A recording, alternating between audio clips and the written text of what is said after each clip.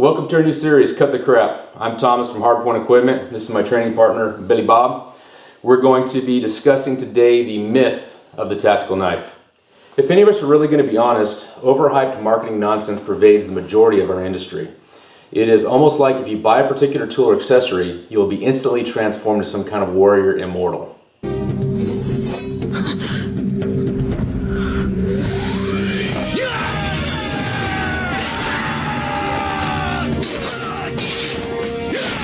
Well folks, that's a bunch of crap. I'm going to cut through it for you. But first off, what do I think gives me the right to pontificate my views on the seemingly unchallenged subject?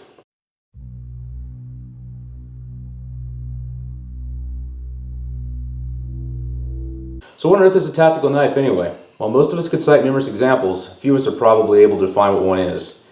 Here are a couple that would likely qualify. What really makes those any functionally different from these? Really nothing that I can tell. All these could be used to slash or stab someone if required to, right?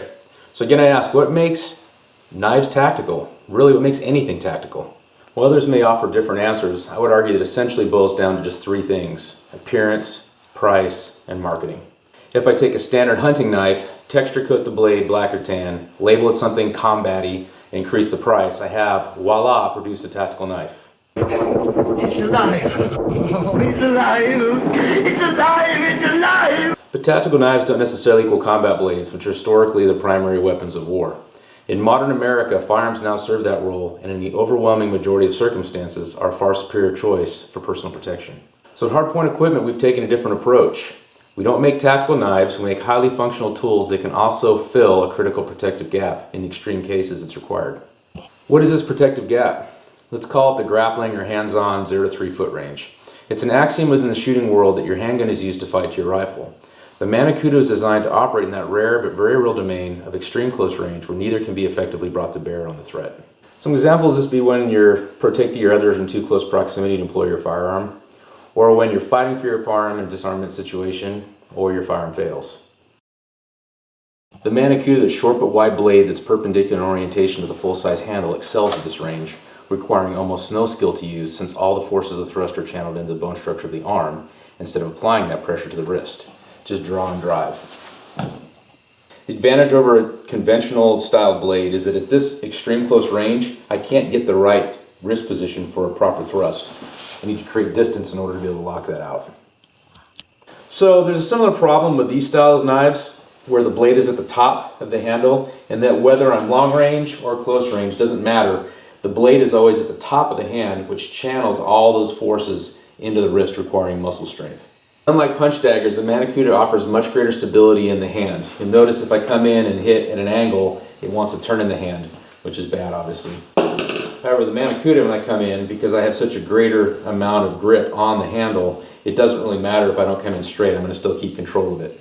So with 7 inches of cutting edge and a knife that is only 6 inches in total length, it's fair to say about the MantiCuda knives. I've said before and I will repeat, they punch above their weight. On the other hand, comparable knife designs that attempt to fill this role usually have little to no real utility value. Why concern ourselves about utility value in a tool that was designed to perform a specialized defensive role? Because any knife, tactical or otherwise, that doesn't perform daily cutting tasks well is not worth the weight penalty to carry. In order to earn its space on my belt line, a knife has to have the following characteristics. It should be lightweight.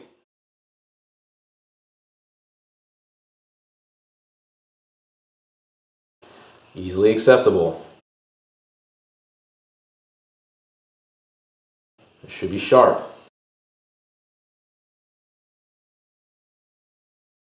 And efficient at cutting. It should be easy to resharpen.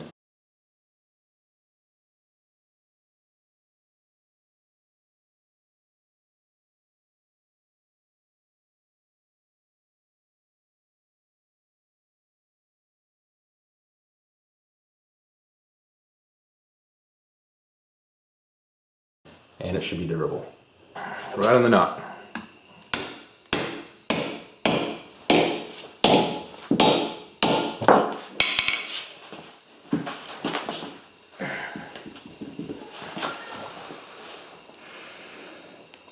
The MantiCuda excels in these regards. The first one was built in 1998 for my mother, and the design has been refined over nearly 2 decades since then.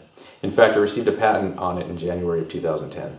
The reason you probably haven't heard of it until now is because it's very challenging to produce with its multifaceted edge design by traditional methods, and there have only been a few ever built. In order to make the price affordable for the everyday user, we had to develop our own state-of-the-art in-house manufacturing methods. However, each MantiCuda is still hand-finished with the edge polished and utilizes the best in materials and processes. These specs, as well as more detailed information, is available at fistknife.com. Hardpoint equipment has always been focused on developing innovative but practical solutions to inadequately address problems. While our products aren't magic and aren't going to substitute for training and hard work. Hey! Hey! Hey!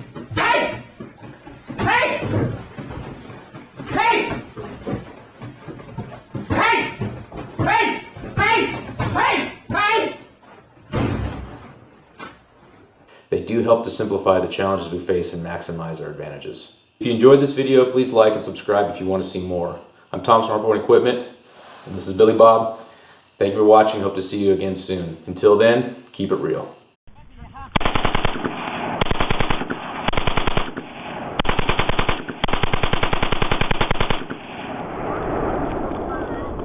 Nice. Dude.